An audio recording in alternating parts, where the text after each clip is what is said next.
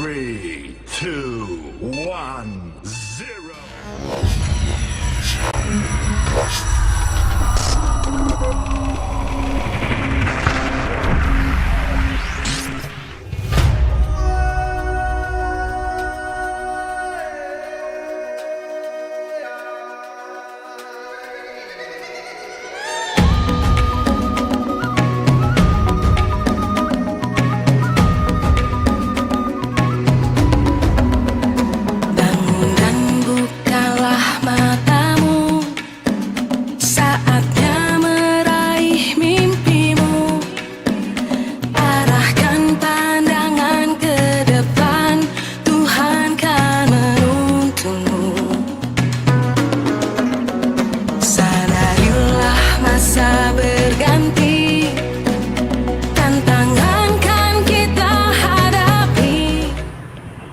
Assalamualaikum warahmatullahi wabarakatuh. Waalaikumsalam warahmatullahi wabarakatuh. Bapak Ibu, teman sejawat yang saya hormati. Pertama mari kita menunjukkan puji dan syukur kehadirat Allah Subhanahu wa taala yang mana pada pagi hari ini kita masih bisa dipertemukan dalam rangkaian tugas saya, yaitu dalam pendidikan calon guru penggerak. Pada kesempatan ini adalah aksi nyata tentang budaya positif modul 1.4. Bapak Ibu, terima kasih atas kehadirannya. Untuk budaya positif ini mungkin nanti Bapak Ibu bisa mengadopsi atau mungkin bisa diterapkan di kelas kita masing-masing untuk nanti pembelajaran yang lebih baik lagi.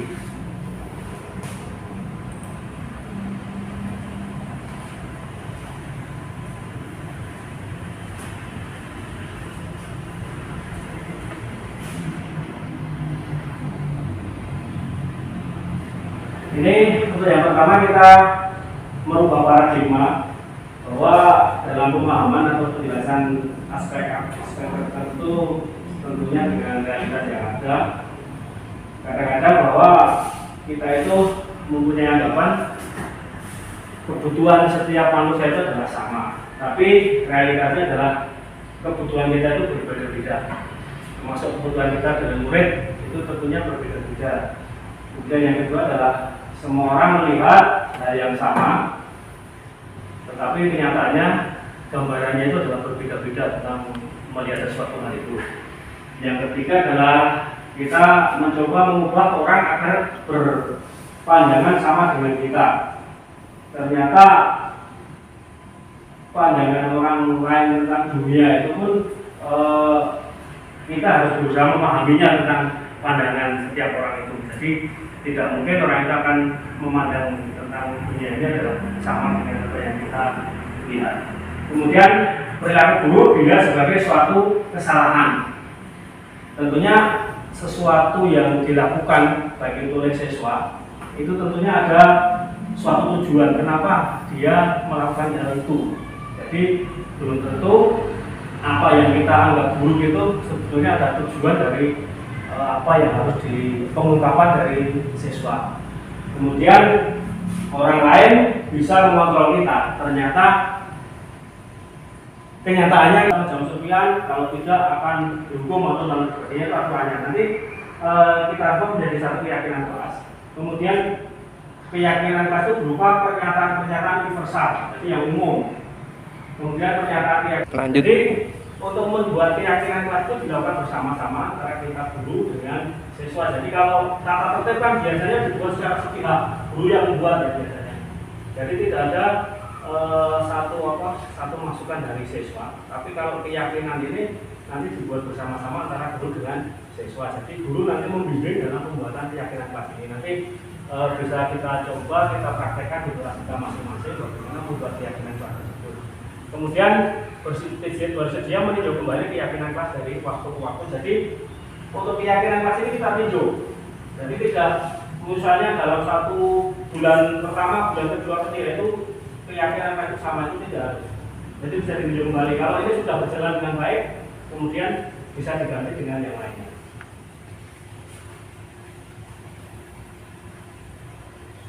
seperti ini, Bapak Ibu, ada kasus seperti ini misalnya.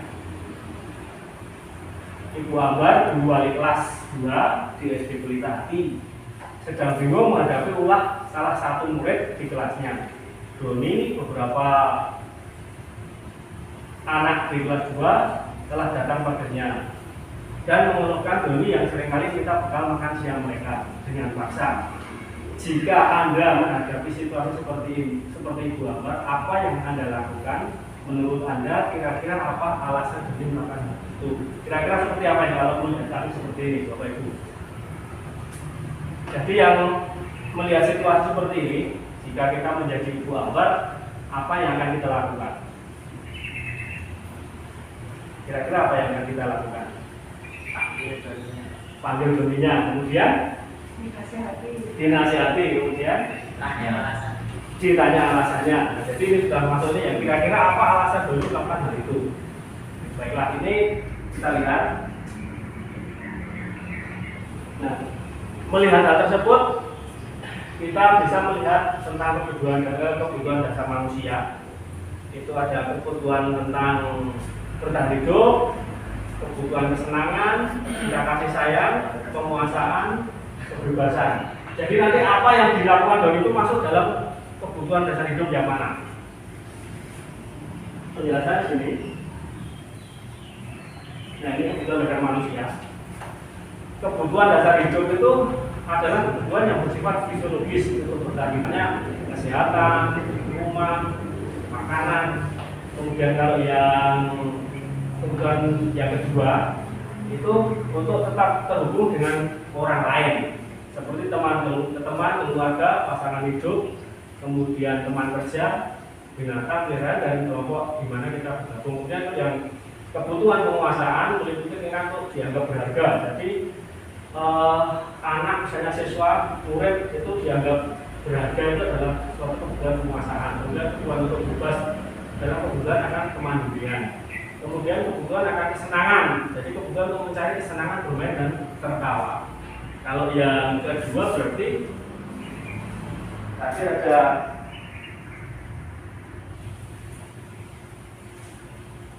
yang belum, berarti kesenangan sudah, penguasaan, kebebasan, yang cinta kasih, yang sayang yang belum tadi ya.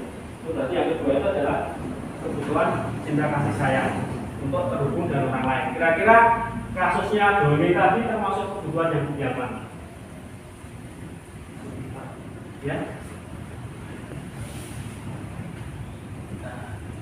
yaitu minta bekalnya itu bisa jadi ada kebutuhan kesenangan nih.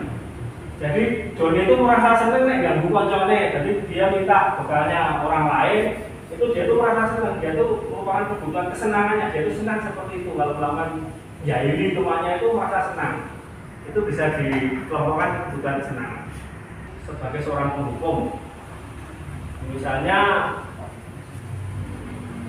ini guru itu mengatakan patuhi aturan saya atau awas, itu guru itu kesannya dalam menghukumi. Jadi sebagai penghukum, guru adalah sebagai posisinya sebagai penghukum.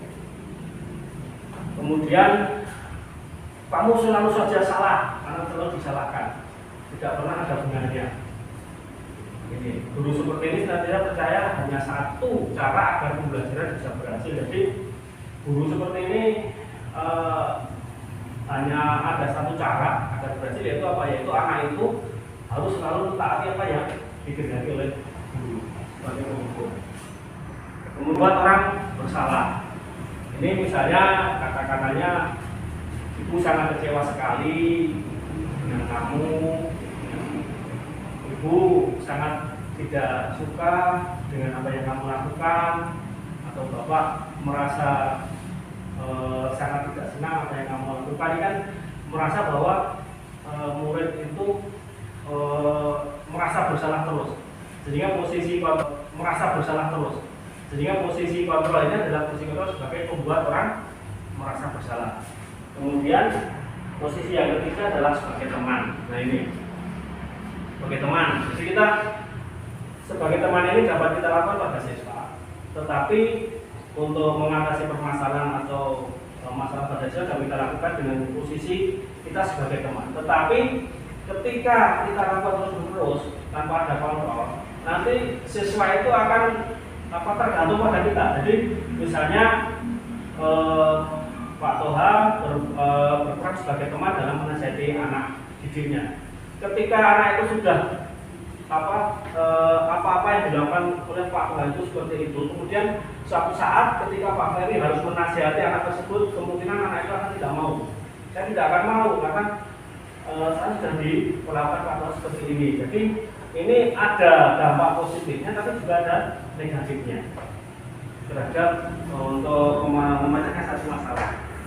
Hanya apa itu dalam pemantauan. Nah, yang kelima inilah yang diharapkan. Jadi kita sebagai manajer, guru itu bisa sebagai manajer di dalam kelasnya, yaitu bisa mengembalikan keyakinan anak itu. Jadi anak itu kita berikan satu nasihat untuk anak itu mempertanggungjawabkan perilakunya ketika melakukan kesalahan.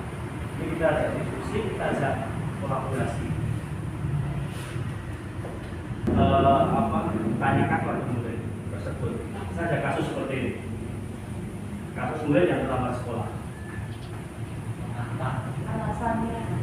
Alasannya mungkin ada lagi. Kadang-kadang kita bertanya contoh dengan suara yang keras ya. Kue ini ngomong kok telat terus, kenapa kamu kok terlambat? Kadang-kadang seperti itu. Nah, yang sering kadang-kadang kita lakukan ya. Kalau kita lihat kalau sebagai penghukum ya seperti tadi saya katakan tadi. Jadi kata-katanya tinggi. Terlambat lagi. Kamu itu selalu terlambat, tidak pernah datang sekolah tepat waktu. Nah, ini sangat berakibat fatal pada anak. Jadi anak itu akan merasa yang kemungkinan yang terbesar adalah membenci kita. Kalau anak sudah membenci kita, itu kemungkinan apa yang dilakukan itu di luar kontrolnya. Bisa saja yang bawa mobil ke sekolah, mobilnya digaret. Bisa saja kalau yang motor jawabannya kesehatan, rumah, makanan. Kemudian kalau yang kebutuhan yang kedua itu untuk tetap terhubung dengan orang lain, seperti teman, keluarga, pasangan hidup, kemudian teman kerja, binatang, peliharaan, dan kelompok di mana kita bergabung. Kemudian yang kebutuhan penguasaan, politik dengan untuk dianggap berharga. Jadi anak, misalnya siswa, murid itu dianggap berharga itu adalah suatu kebutuhan penguasaan. Kemudian kebutuhan untuk bebas dalam kebutuhan akan kemandirian. Kemudian kebutuhan akan kesenangan. Jadi kebutuhan untuk mencari kesenangan bermain dan tertawa. Kalau yang kedua berarti tadi ada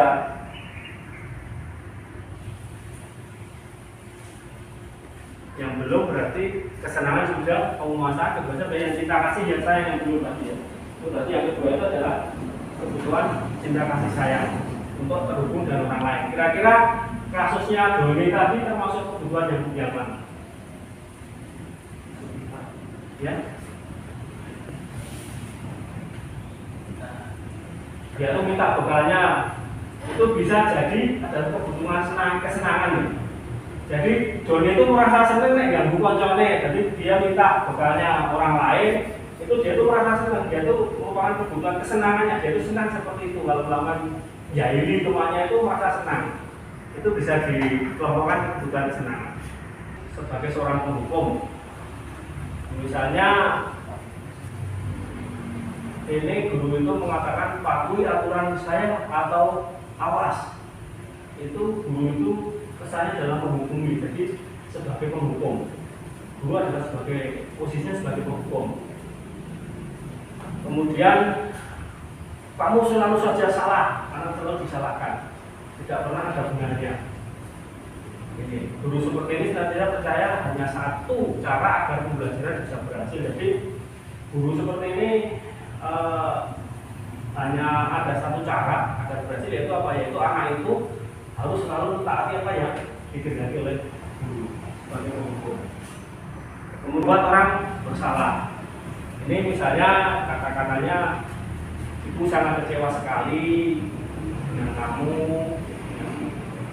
ibu sangat tidak suka dengan apa yang kamu lakukan, atau bapak merasa sangat tidak senang apa yang kamu lakukan. Ini kan merasa bahwa murid itu merasa bersalah terus, sehingga posisi kualitas nanti kamu akan keteteran terus. Yang akhirnya tugasnya menumpuk itu sudah nanti menanyakan keyakinannya. Setelah divalidasi, ditanyakan keyakinannya, sudah divalidasi. Kenapa toh kamu kok tidak mengumpulkan tugas kemarin? Jadi kita tanya, kenapa tugas dari Bapak Ibu tidak kamu kumpulkan? Dan itu kan harus dikumpulkan hari itu juga. Setelah itu, keyakinan apa yang telah kita sepakati? Bagaimana kesepakatan kita dalam pembelajaran ini? Seperti itu di segitiga institusi kita validasi tindakan tersebut. Ini padahal kamu bisa melakukan yang lebih dulu dari ini. Kamu tidak mengumpulkan tugas, padahal kamu tuh bisa melakukan yang lebih dulu dari ini. Tidak masuk sekolah atau sama sekali tidak mengikuti pembelajaran. Kamu pasti punya alasan mau melakukan ini. Itulah kalimatnya adalah di keyakinan kelas ini yang nanti bisa dibuat. Oke, itu jadi sedikit yang saya sampaikan tentang budaya positif, yang pada intinya bahwa kita dalam pembelajaran di dalam kelas, kita merubah paradigma bahwa kita itu di kelas itu satu-satunya yang bisa mengontrol siswa. Itu kita merubah paradigma itu. Kemudian kita ubah juga bahwa peraturan kelas kita ubah dengan menjadi keyakinan atau kesepakatan kelas. Mungkin ada pertanyaan?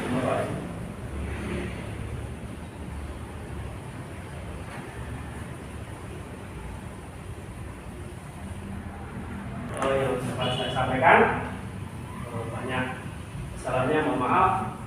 Assalamualaikum warahmatullahi wabarakatuh.